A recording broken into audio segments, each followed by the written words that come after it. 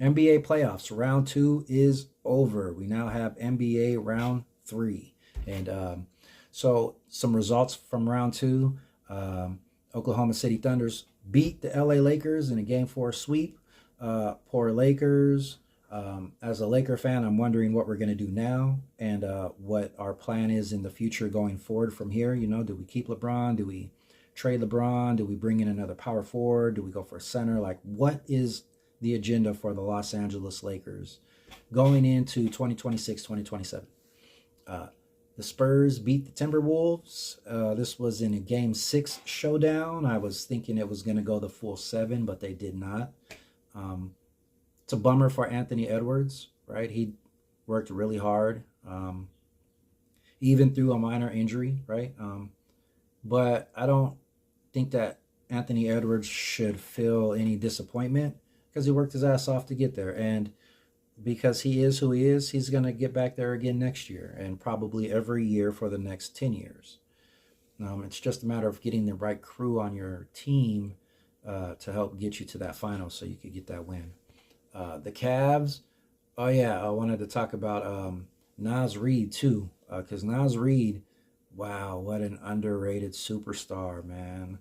I saw him playing in game three, and man, he was just on fire, scoring from everywhere, especially hitting that three-pointer, man. He's definitely a good help and attribute to Anthony Edwards, but it was pretty much just those two. You know, Rudy Gobert tried to help out a little bit, but one of the ones I guess might be an upset.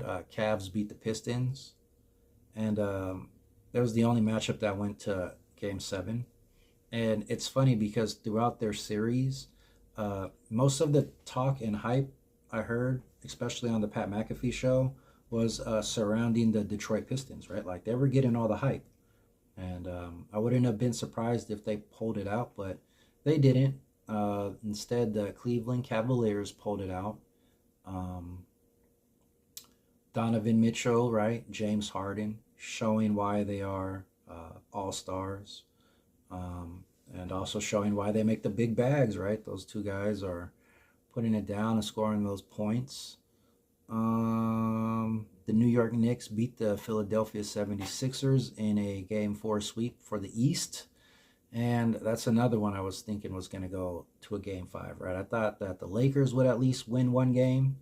And I thought that the 76ers would at least win one game. But instead of the New York Knicks, man, they're steamrolling everybody right now, right? For the East, they pretty much seem to have a direct shot to the finals, right? Like if they could just steamroll through the Cleveland Cavaliers, and they have their first game today.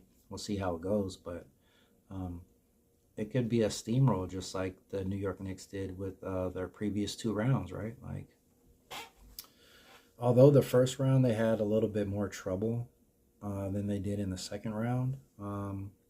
This third round, I think it's going to come down to scoring. Who's going to score the most points? You know, they got a dynamic duo in Donnie Mitchell and James Harden, but New York is a full squad. They got a full, complete team, right? Especially with Karl Anthony Towns down there. So I think that I did get every outcome as far as when it was going to end wrong. But every team that I said was going to win round two pretty much won round two. Um, Aside from the Cavs game, I don't remember if I called the Detroit Pistons or the Cavs. I probably called the Pistons because everybody was talking about the Pistons, right? And Cade Cunningham, yeah, it's a good guy, man. The guy's a good basketball player. But now we got the Eastern and Western Conference Finals, right? And it's going to be a showdown. I called it beginning of the playoffs that we were going to get the San Antonio Spurs versus the Oklahoma City Thunders, right, in the Western Conference Finals. And I also said that the OKC are going to beat the San Antonio Spurs because they have a little bit more experience than the Spurs, right? Like the Spurs and Wemby are a great team, and they did win their first game against Oklahoma City Thunders, but they barely won. And I think they won it in overtime, right? So um, Oklahoma City Thunder, they're going to study the tape. They're going to come out game two with a different game plan, and they're probably going to take game two and three and four.